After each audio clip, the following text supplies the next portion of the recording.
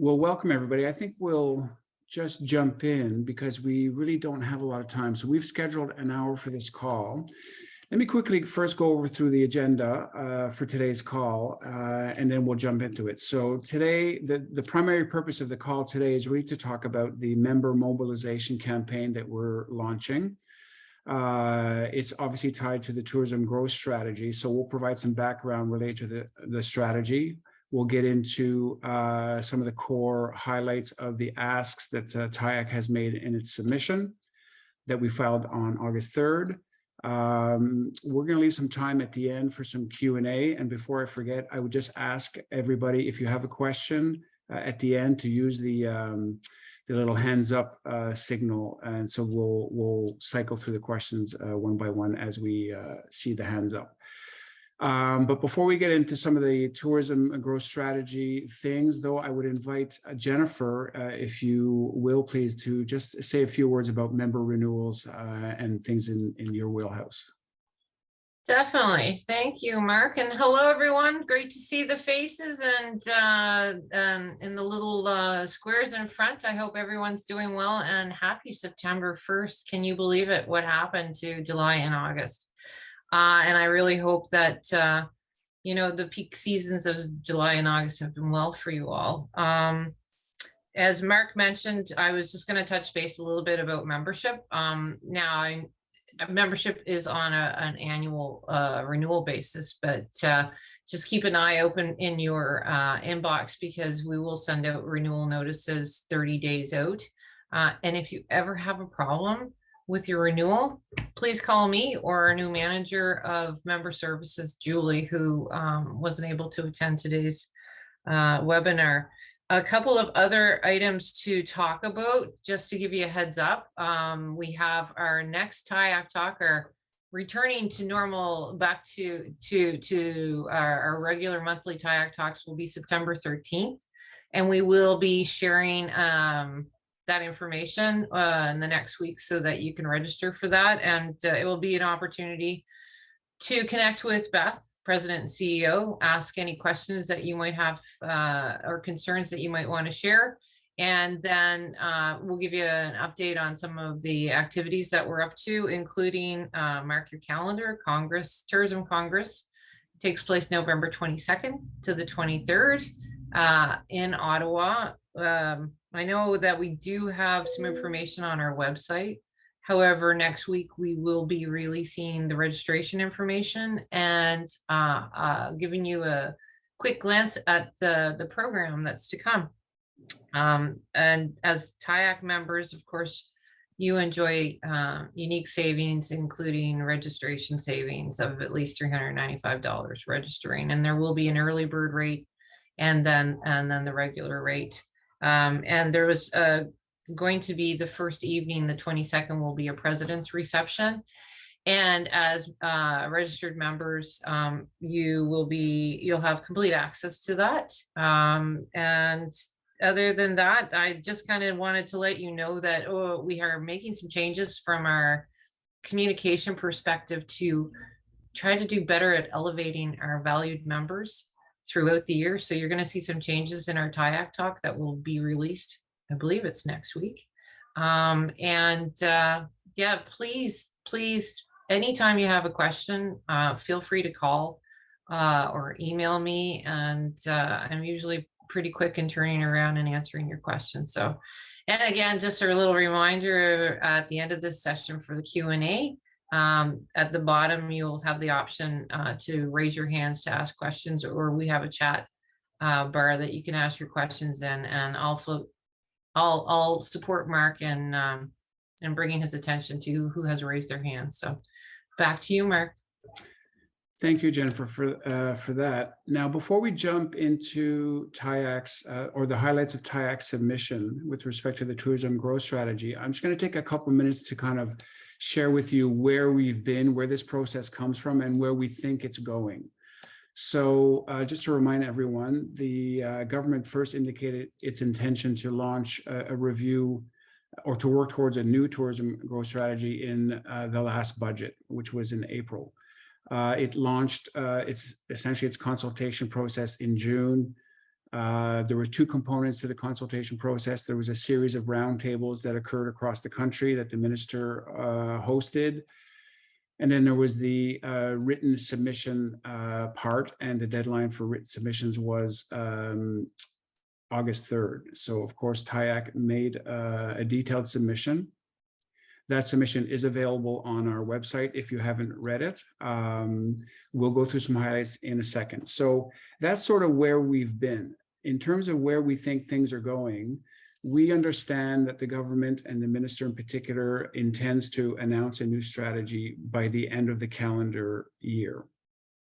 So let's assume for a second that that's December. In order for that to occur, the minister first has to go to cabinet. And we expect that if he's going to live by that deadline or deliver by the end of the calendar year, we think he needs to go to cabinet probably in early-ish to mid-November. But before he can do that, obviously, it's part of the process. I said, and the officials there will have to host interdepartmental consultations with all the departments that somehow are involved or impacted by whatever strategy that I said comes up with. So they have to hold these consultations to brief the other departments. That's essentially just to make sure that ministers, when the discussion occurs around a cabinet table, are informed about what the proposal being put forward is. Now, of course, for the interdepartmentals to happen, you first have to have a memorandum to cabinet, which is the actual formal document that gets tabled at cabinet, and it's the actual proposal, and it will be the strategy. So clearly, we know and strongly suspect that the ISET officials are writing that MC now as we speak. So that strategy is being written now. So I think the notion of doing a member mobilization campaign now, especially since MPs are still in their ridings until the third week of September, I think it's timely to do that now. So that's sort of what we think going forward looks like. So why don't we just jump into the highlights of our submission now? Again, to reiterate, we will leave time at the end for some Q&As on anything you hear from us today. So let's just skip. So if you've had a chance to review our submission, there's a number of key components in the submission that we felt was important to highlight. We have a big section on why tourism matters. Tourism matters for lots of reasons. Tourism matters because it's a key vehicle for fostering social cohesion and for promoting Canada's ideals as a nation around the world.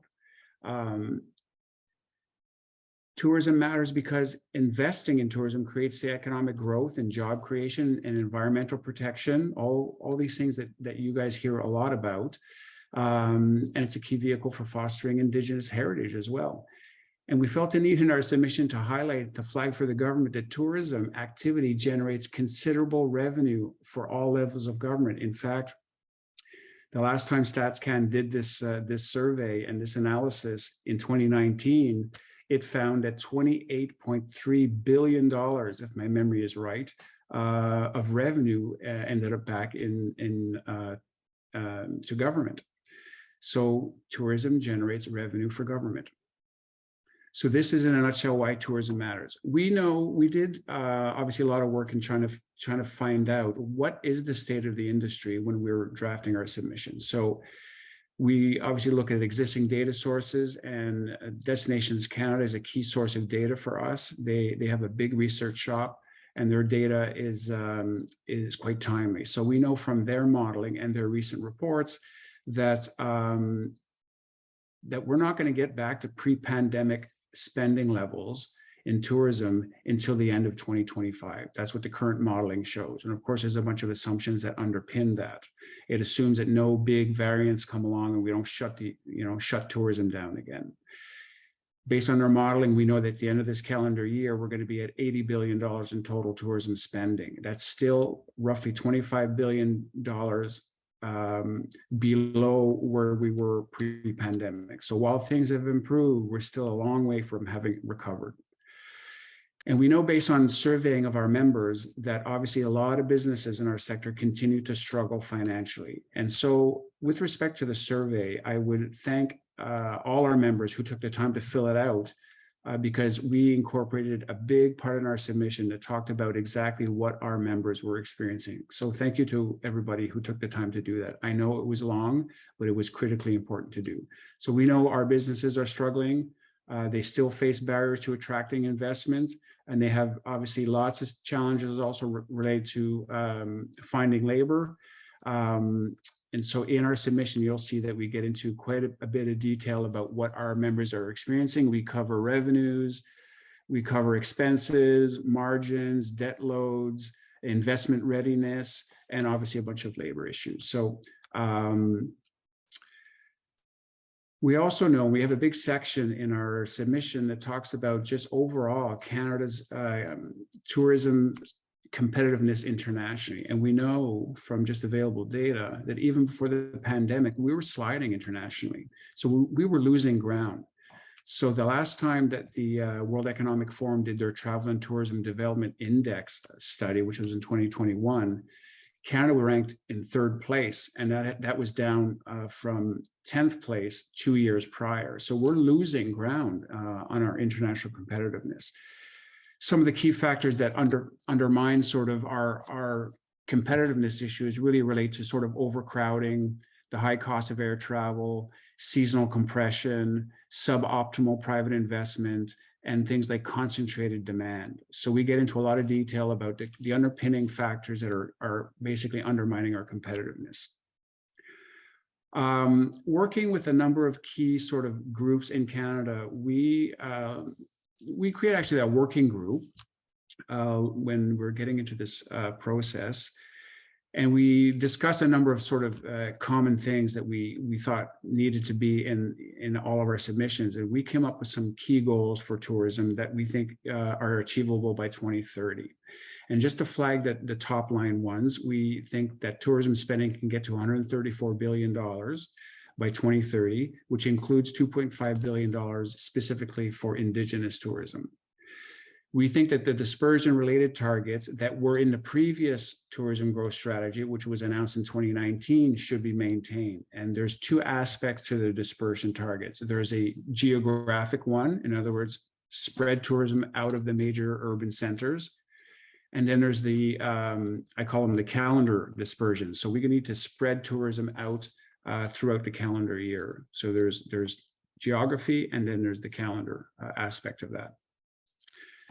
Our key targets related to labor is to hit 2.5 million workers. And essentially, we know based on research that we're going to need 2.5 million workers in tourism in order to sustain $134 billion worth of activity. We have targets specifically related to overnight visitors. And so our target that we're proposing to government is 30 million. I think in 2019, if my memory's right, we were at 22 million, if I'm right. And again, because we know we've been sliding in our competitiveness internationally, we specifically proposed a key target that we achieve the top 5 of the World Economic Forum Index by 2030. So those are our top line, our key goals that we propose to government.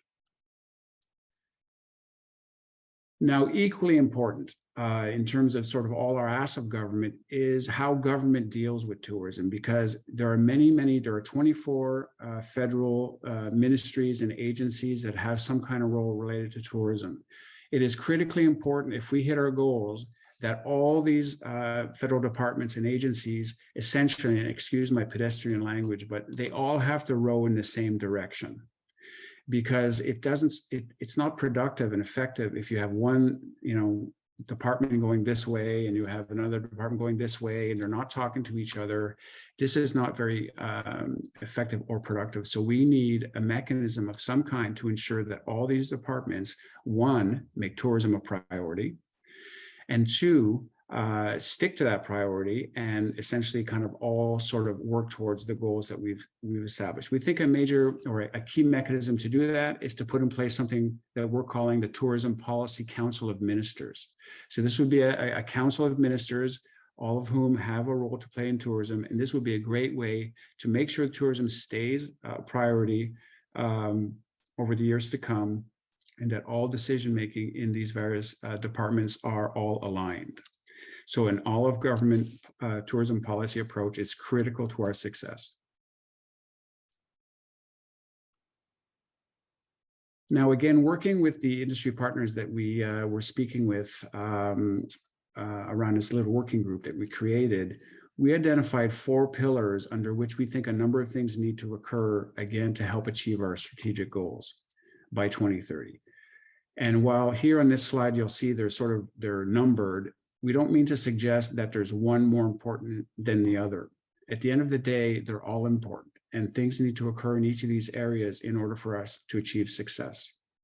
So the first, of course, and I'm sure you're all very familiar with this issue, it's all about attracting and retaining a sustainable workforce. There are very significant labor issues in tourism. They predate the pandemic in many ways, but there's no doubt that the growth of tourism and achieving our targets depends very largely on our ability to attract and retain the necessary workforce to get there.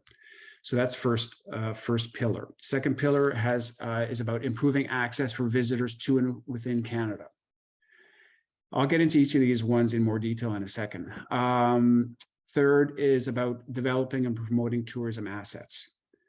And last, or fourth, I should say, not last, just as important, is about building a regenerative and inclusive tourism industry, because we have a rare opportunity, I think, in history now that we're rebuilding, to kind of rebuild it in a way that's bigger, better, and stronger.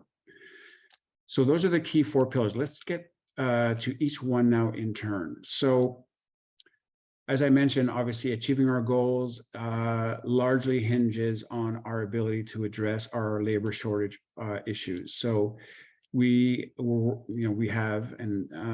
working very closely with THRC. We know that they developed and tabled a very detailed submission. We support that submission. And obviously we'll continue working with THRC along the way. But let me just flag 2 sort of key areas that we are pushing on at the moment. So there's a short-term, immediate sort of thing that we can do to kind of shore up some of the labor that we need. And that has to do with modifying the existing temporary foreign workers program. And basically to adjust existing other policies that relate to the federal and provincial stream to increase the number of workers that are assigned to tourism. And of course, there's things we can do around increasing opportunities for international students. That's sort of some short-term things that we think we can do. Longer term, we are proposing that we work towards creating a dedicated tourism and hospitality immigration stream that has a pathway also to permanent residency. And of course, related to that, there are a bunch of issues too that touch on sort of things like affordable housing. In certain tourism areas, housing is a very big problem, and people won't work there if there's no place to live. So housing is a related issue. Just, Madison, we can flip to the next slide. We recognize, and everybody recognizes, that the labor shortage issue that we face, it's a complex problem. It's going to take us like a central place that has kind of appropriate oversight and accountability for the issue. And we think that THRC is very well placed to play that role. So you'll see in our submission that we're recommending that the government provide THRC with ongoing financial resources of $3.5 million per year so that it can actually play this role and help the industry attract the labor force that it needs to succeed. So that's in a nutshell the first pillar. So the next pillar is about access. So this is all about enabling and facilitating the movement of travelers to and within Canada. Specific things that we're recommending under this pillar are modernizing the digital documentation processes for travelers, especially crossing the borders. Putting in place better partnerships to better communicate sort of the requirements for travelers to enter Canada. And of course, we'd be remiss if we didn't flag once again the need to just eliminate the existing COVID-related travel requirements, including the use of ArriveCAN for the COVID monitoring purposes that it currently has. And of course, from there, removing the mandatory random testing, which is causing a number of issues. And we spent some time in our submission also flagging that ArriveCan poses some particular challenges for the cruise line sector. So next slide. Again, related to cruise, and this is an access issue. You know, CBS used to do some FPOA clearance of ships in smaller communities, but they stopped doing it, particularly in the East Coast. It was a service they provided on a cost recovery basis, and they stopped doing it. I heard very, very recently that it's gotten better in Newfoundland, but it's still a very serious issue in Nova Scotia and New Brunswick. So we're flagging that CBSA needs to kind of go back to doing the clearance of these ships in these smaller communities like they once did. There's a host of things that we need to do in addition to that to bolster just connectivity across the country, especially in rural and remote communities. We get into arguing for a reduction in the fees and the taxes that are imposed on airlines and airports now, with a view to making air travel more competitive and affordable for travelers. So in a nutshell, those are the broad strokes of our access. In addition to here on this slide, we're getting into some motor coach recommendations because the motor coach sector, you know, needs to be rebuilt in a way. So there's a lot of communities that I think that motor coach can serve. So we get into a bunch of recommendations related to motor coach. Now we'll go to assets, and I'm going through this quickly just to leave as much time as we can to questions. So assets there's really two kind of components to assets. There's making sure that Canada has world-class assets, tourism assets, and then there's promoting those assets. So in terms of like, let's call it asset creation, we'll just flip to the next slide, please, Madison. So in terms of ensuring that Canada has world-class tourism assets, we think that a significant part of the new strategy that the government is developing now needs to include a component around this. It's going to take an awful lot of capital to bring our assets to where they need to be for us to be competitive internationally. So we need capital to build assets where there are now none, and we need capital to refurbish existing assets again to bring them up to world-class standards. We in our submission, we propose things like, you know, putting in place pools, lending capital pools, maybe administered by the Business Development Bank or the Canada Infrastructure Bank, maybe putting in place more patient capital, maybe through the RDA programs. And then we'll go to the next slide, Madison. We're proposing maybe a dedicated tourism infrastructure fund for big projects be established. Maybe introduce things like new tax credits could be introduced to incentivize investment, maybe similar to the existing R&D tax credits. Maybe tweaking some of the capital cost allowance rules to allow immediate and accelerated deductions. Maybe a dedicated federal mortgage insurance approach to sort of reduce some of the risks of the private sector lending in tourism. And we need, you know, very specific, and obviously we're in conversations regularly with ITAC, and so we know there's very specific kind of capital needs with respect to Indigenous tourism, the Indigenous tourism sector. Now, once we have these assets, of course, you know, we need to make sure that people know about them and how to find them. So a key part of our asset pillar involves promoting those assets. And so we think the new federal tourism strategy should have a very significant component related to this. And there's really two sort of big things, I guess, sectors that kind of play a role here. There's obviously Destinations Canada, and then there's our DMOs. So we are proposing that within the strategy, Destinations Canada be given a significant increase in their annual allocation, and that the government commit to long-term funding. That will allow Destinations Canada to plan further out. And if you can plan further out, you can achieve efficiencies. In addition to that, we're recommending that the government put in place a national MICE program, so a meetings, incentives, conferences, and events fund of $80 million a year. And this fund would essentially help DMOs bolster their existing operations and market destinations and market their communities much more aggressively and effectively.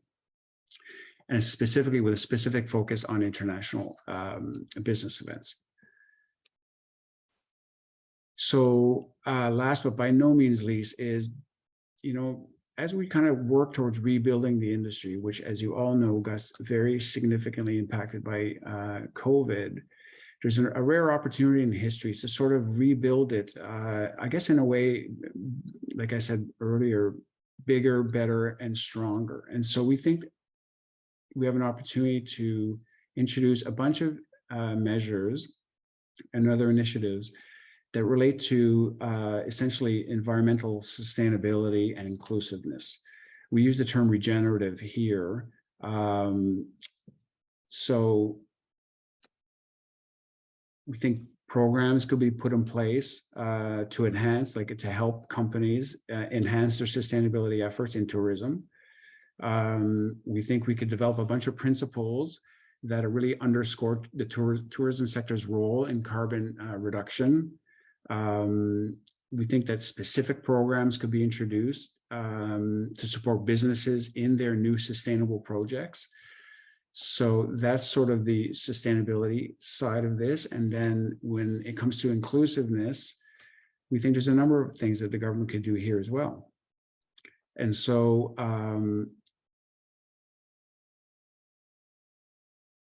could we just go to the next slide, Madison? Yes, thank you. Again, we think the government has an opportunity in its new tourism growth strategy to include a specific component around inclusivity. We could look at tax credits could be provided to businesses that develop special kind of recruitment programs for equity seeking groups.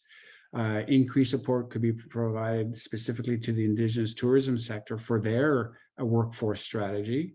And we can do a number of things to increase Canada's international profile as a premier destination for the LGBTQ2+ market.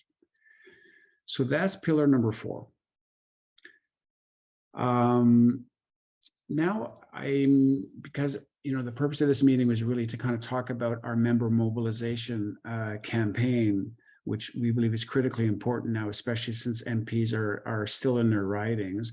I'm just going to pass the floor to Madison, who will talk about the key things we're essentially asking members to do. Thank you, Mark.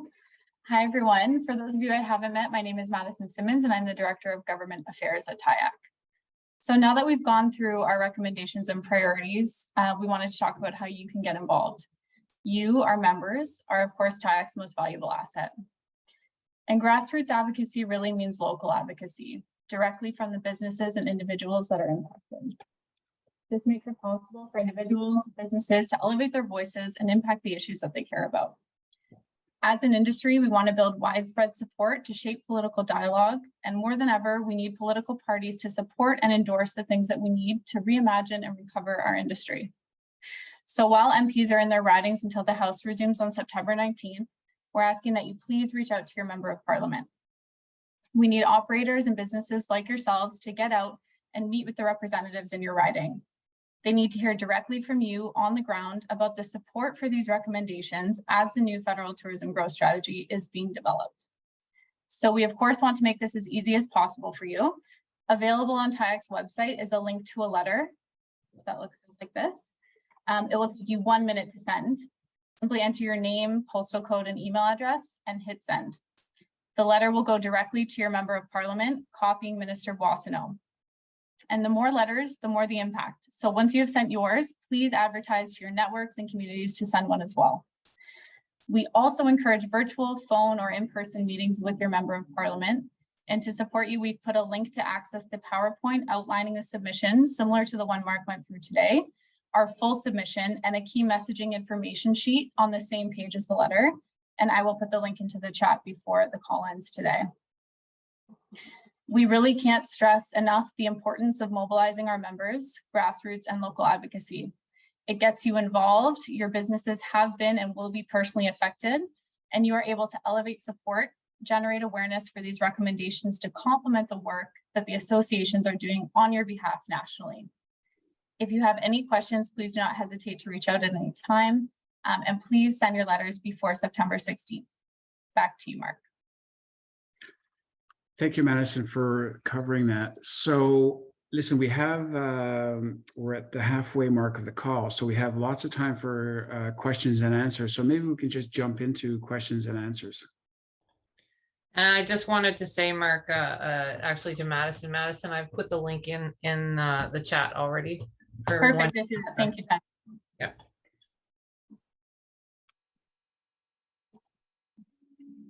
And hands up.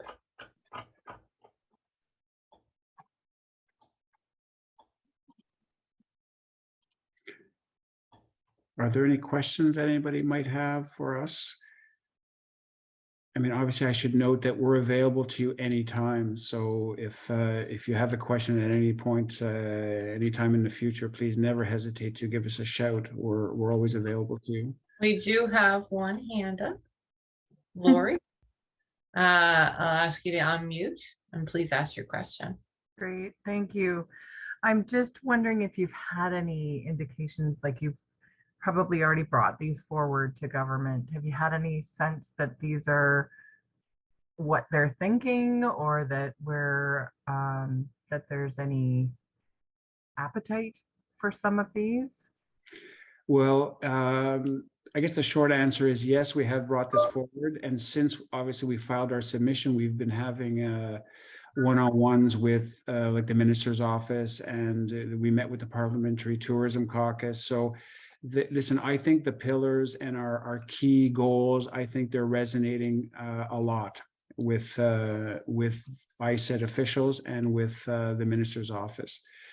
And so, but at the end of the day, you know, it's about advocacy, is about keeping at it, right? And so we are planning a whole series of things between now and the day that a new policy is announced, and even after, because let's not kid ourselves, we are not going to get everything that we want. It's just not the way the universe works. And so we are already planning for the follow through after that, which is going to be the phase that I'm going to call what we didn't get.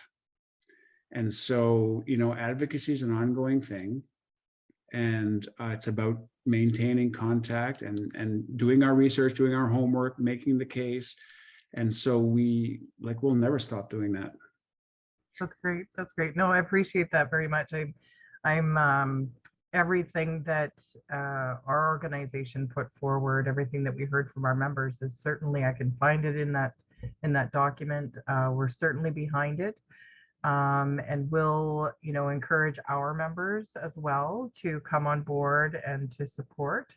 And I know that I'm meeting with my board next Wednesday, and I'm eager to share with them what you guys are up to, and just they'll be able to see the same thing I'm seeing, the dovetail, you know, with what what the industry has told us. We represent the resource-based tourism sector in Northern Ontario.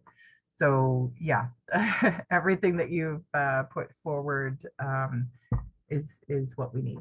So anyway, very much appreciative, and we're behind you 100%. We appreciate that very much. Listen, we have a 3-week window here where MPs are still in their riding. So Madison, myself, and Beth thought that, you know, let's just launch a member mobilization campaign. Let's get our members, because there's a lot of value in having individual companies speak directly to their local MPs. And so there's nothing to lose and everything to gain by doing this. I should have mentioned earlier that one of the steps that is coming up, not strictly tied to the tourism growth strategy policy process, is the annual pre-budget consultation process. So the government already sort of notionally launched that process. The deadline for submissions is October 8th. So the day after Labor Day, you can all imagine what I'm going to be doing.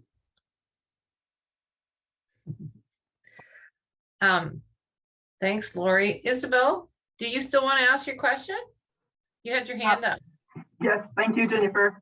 Thank you so much, Mark, for this synthesis of this great document that you sent to the minister.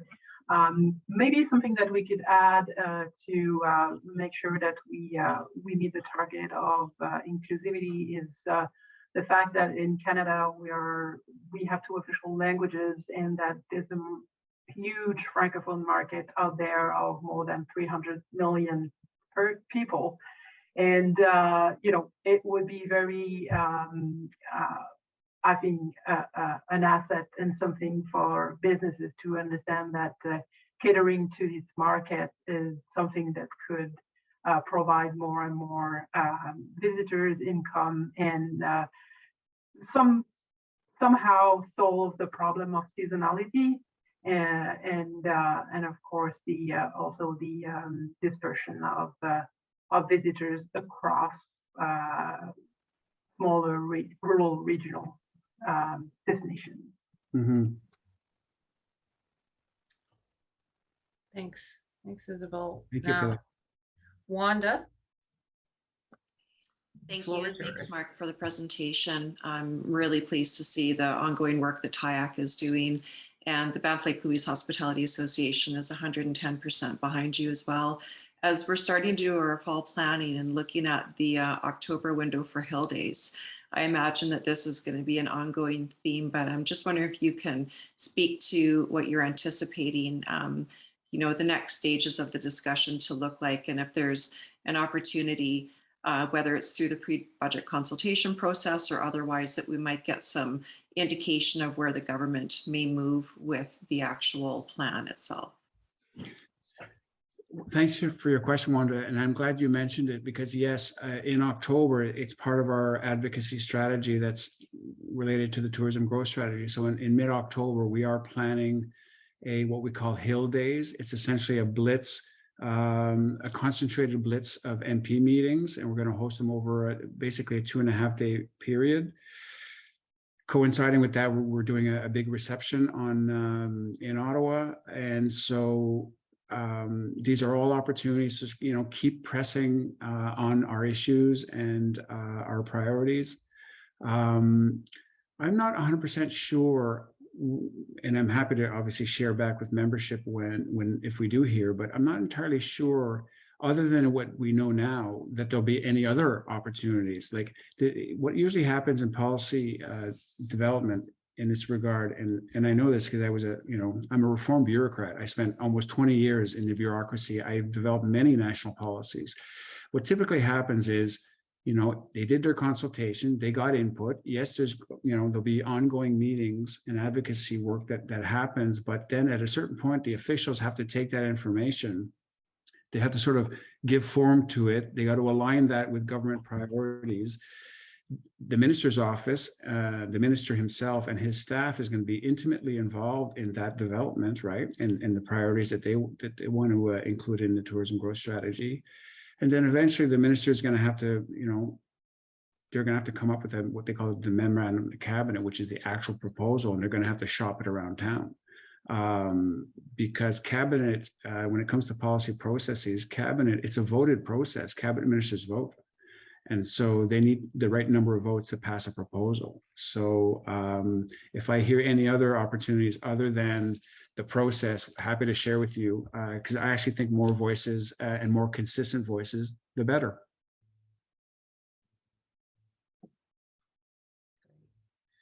Now, I did see that Holly had her hand up.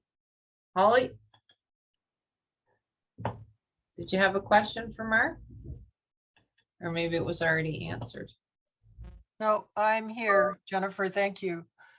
I think I agree with what Mark and what TIAC is doing. I represent a rural area of a lot of mom and pop operations. And to be quite honest with you, that is primarily our industry. Our industry is small and they don't have a lot of time.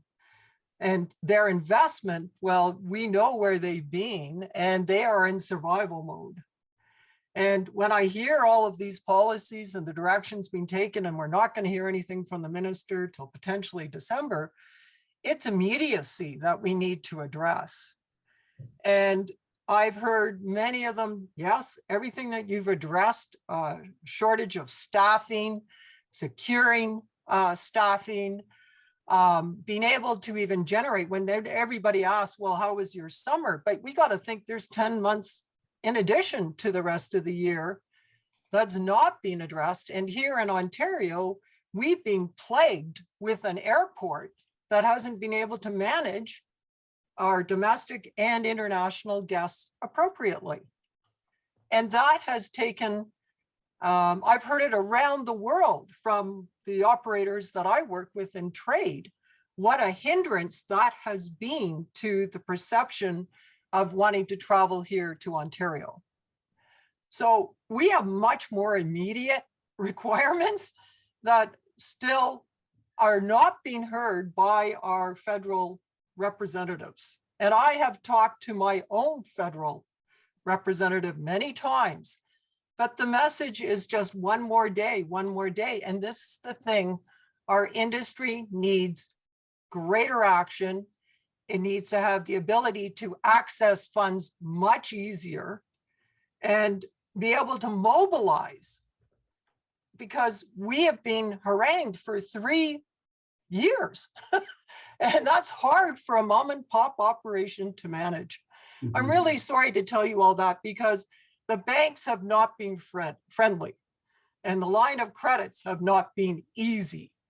And it's just one more of many things, but I don't think the gravity of the situation is really being understood at that level. And I can tell you, I hear it day in, day out. And I try very, very hard to represent and to advocate for these companies and operations. So, you know, we have to take it maybe down another tier and say, look, we've got a lot of these smaller operations that we should be listening to, not just the big ones, because they're the ones who get the coverage in the newspaper and in digital, whatever, about their own problems. But at the other level, that really cultivates the authentic experiences that we are wanting to offer for the world. It's got to come from the mom and pop operations. So Mark, I'm there with you. I support you. I dialogue with our the partners that I represent, but it's immediacy and the gravity of the situation is really to get a handle on that, because you know, it's got to be much easier for all of our operators to manage and to survive, because otherwise we are going to lose that thread, that connection, the fabric of our world that we want to offer the rest of the world. So those are my comments. Holly, if I can sort of maybe answer you in a way, and I just want to apologize. I didn't mean to suggest that, you know, all of TIAC's advocacy is anchored around only this tourism growth strategy push.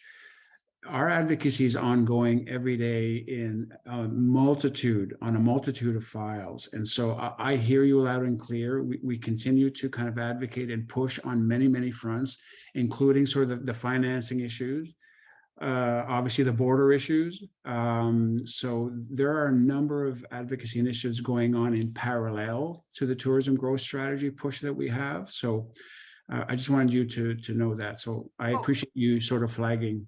No, I realize what you do, but there's so few of us. And it's all the levels of government and policy. And as you've laid it out, how you have to approach it. It's the timing of all that staging. And what I guess I'm trying to say to you is the immediacy is now. It was back, you know, 8 months ago, a year ago. Like, this is the thing, you know, we need to be able to take that from the small to the big, right? Because it's really the small players on the ground that are what really create the fabric, why people want to come, right?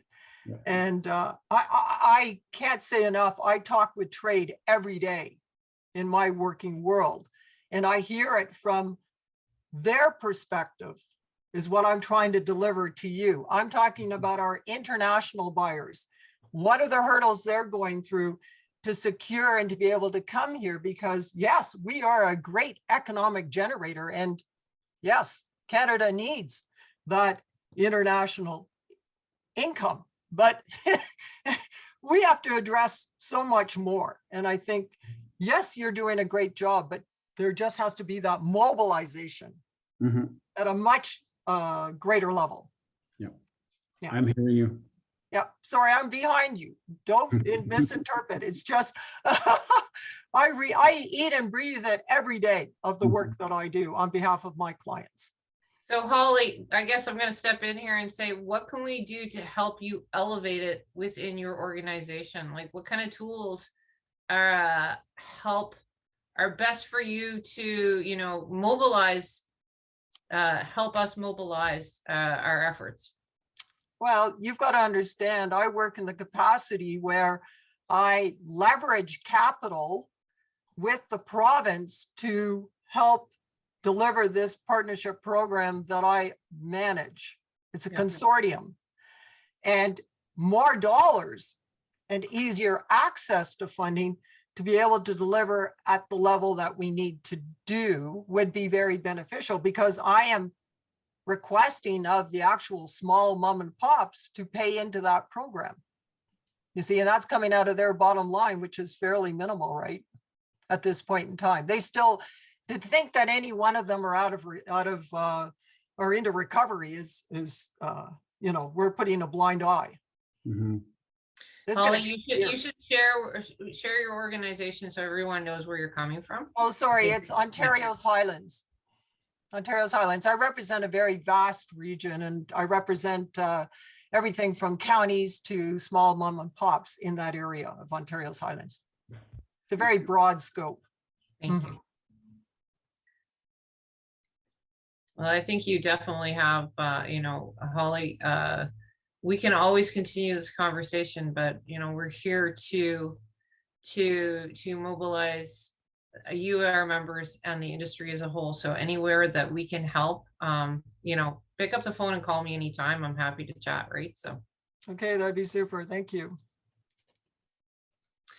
I see another hand up. Tracy. Hello, thanks for this. I just wanted, this is not a sort of a comment on the previous observation, which how could we not all agree with that? Yeah.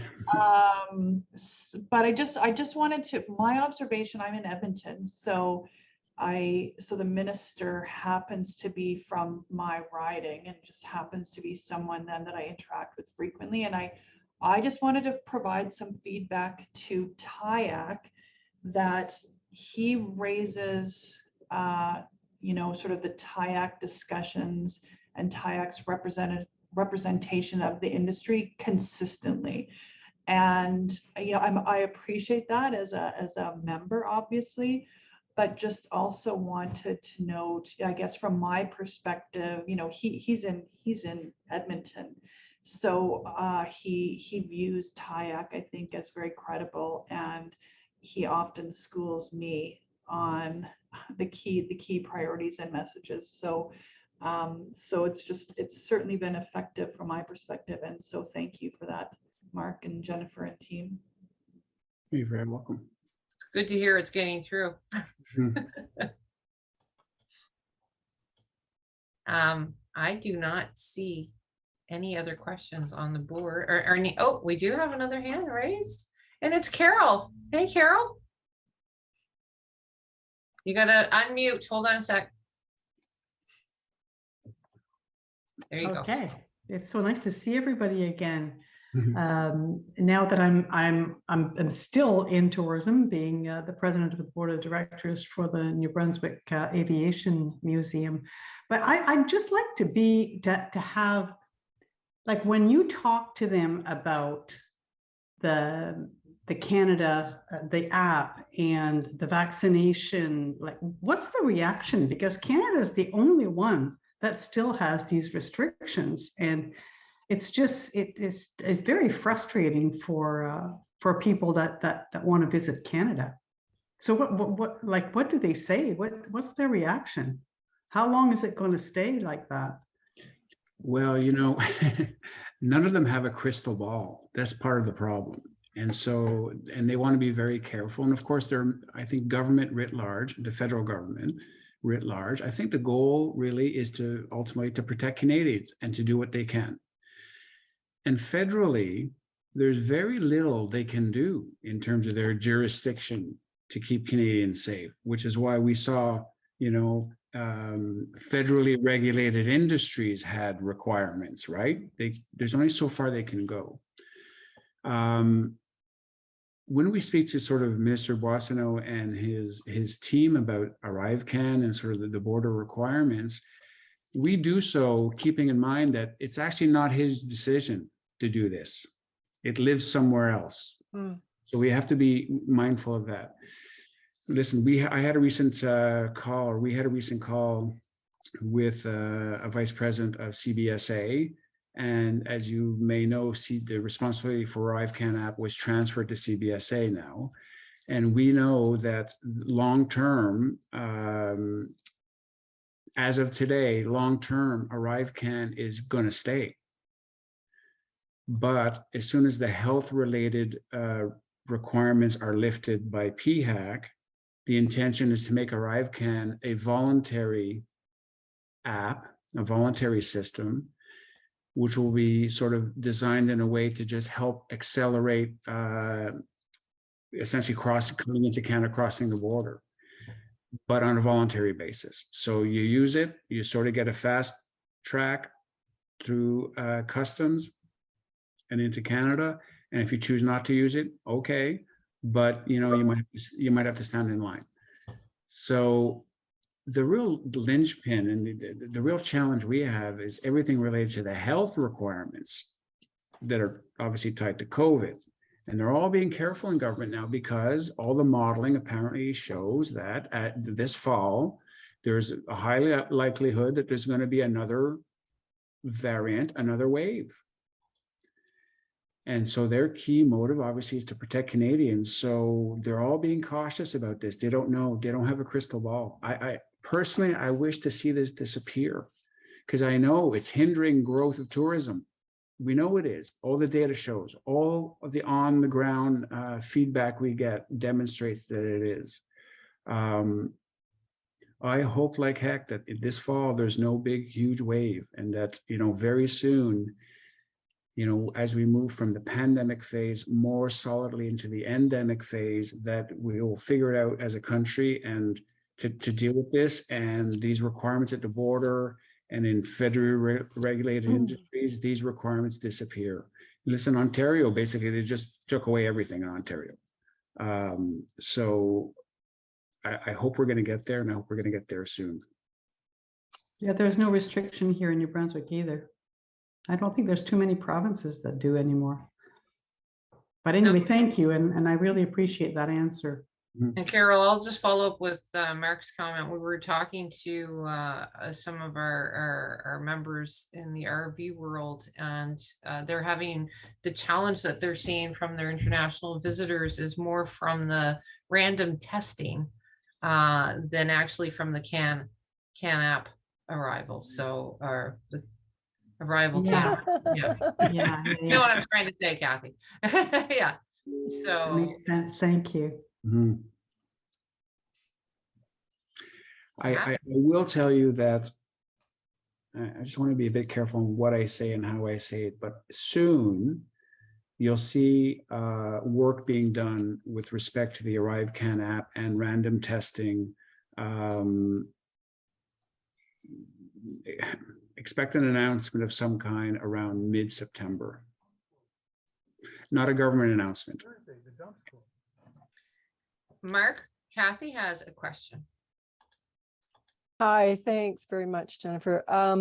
Just a quick question. You mentioned, Mark, and thanks for this presentation. It's been great. You mentioned that the minister has to actually shop this around as it gets voted on by cabinet. What is your general sense of what type of response he might get from all of the other members of cabinet? And I would imagine my second part of my question is that your efforts on the Hill days with the MPs, et cetera, will be to garner their support to vote in favor. But what is your general sense? I mean, I know government, you know, there's many entities within government and ministries that are looking for a slice of the pie. How, we all hear that tourism has now been, like, the profile's been raised since COVID. Do you feel that he'll get a favorable vote? You know, that's, I love the question, Kathy, by the way, but it's not that easy to answer. So here's my take on that. And I may even contradict myself in answering it, but I'll explain it. So listen, it depends on who the minister is advocating, and it depends on what he intends to incorporate into his strategy. I'll give you an example. I think if he goes to, let's just say, the Department of Finance, and he says to the Department of Finance, over the next 8 years, I need $60 billion. I think the officials at the Department of Finance, maybe even the minister herself, will fall off her chair. Because this government is actually not in spending mode. It's not. It has a financial problem. And it's more likely to be in cost cutting mode or cost reprioritization mode. So I think a big ask for money is going to be a challenge. If it's a reasonable ask, if it's a rationalized ask, if it fits within broader government priorities, I think his odds are very high. So that's what I meant by contradicting myself. So it depends on the details of the proposals that he puts forward. If he goes, let's just say, to the Department of Health, and he says, I want everything eliminated at the borders, no more random testing, he might get some pushback to say, yeah, we're not doing that because Health Canada is responsible to protect Canadians and PHAC's responsibility is to protect Canadians. So again, it depends what's in the proposal. But I do firmly believe that this minister, I think, wants to, he's a big supporter of tourism. That goes without saying. He's a champion. But he has 22 or 24 other cabinet ministers that are involved as well. So he's got his, when I said shopping around earlier, it was a bit fast and loose with language, but he's got his own advocacy to do. And so, and that's where we come in and we help him. And that's why we're in close contact with his office. How it shakes out at the end of the day, I wish I knew the answer to that question now, honestly, but we'll see. Great, thanks. Okay. Wanda posted a question in the chat. We should be messaging our needs as economic investment and not a handout or funding. I think it's a very, very good point. If I can just talk to that for a quick second. And I think we do that quite effectively in our submission. It is an investment. It leads to economic growth. It leads to employment. It's not a handout that has no merit good at the end of the day. So, and I think there's wide recognition of that. Tourism contributes a lot to this country. It's not just economic, it's social and it's cultural. And that's, in my view, equally important. And I should clarify, that was not a question, that was a statement. So I think Mark is supporting your comment or your statement, Wanda. So thank you. We have 3 minutes left. Does anyone else have any other questions for Mark or the rest of the team? Oh. Did we want to just, because we do have 3 minutes, do we want to, Connie, I think, wanted to speak to just mention a few things that might be coming down very soon. Connie's our team member behind the scenes. There she is. Hi, everybody. Happy to see everybody on the call. So it's actually a small teaser. So I'm going to actually leave you a bit kind of excited, hopefully. So it's just a quick announcement. We're going to definitely be doing additional communication down the road, but we will be rolling out quite a few programs as of the fall. So just wanted to kind of give a heads up to everybody. But like I said, we will be sharing direct, obviously, communication and just to keep an eye out on our different communication channels. But exciting times are coming, and hopefully, and the programs are really obviously to obviously help you in this kind of journey in terms of growth. So that's it. I'll leave it at that. That's a little teaser. Teaser. More to come. Oh. I think you might have generated a question. Hold on. Carol has a question. No, I'm just clapping. Oh, okay. Hi, Perfect. Connie. Hi. If there's no more questions, then we could wrap this up. But I'll just say again that, you know, we are a resource to all of you. And so if you have questions or you need anything, please never hesitate, reach out to us. We're here to serve you. We work for you. So if there's no other questions, then I'm going to wish you all a fantastic rest of the day.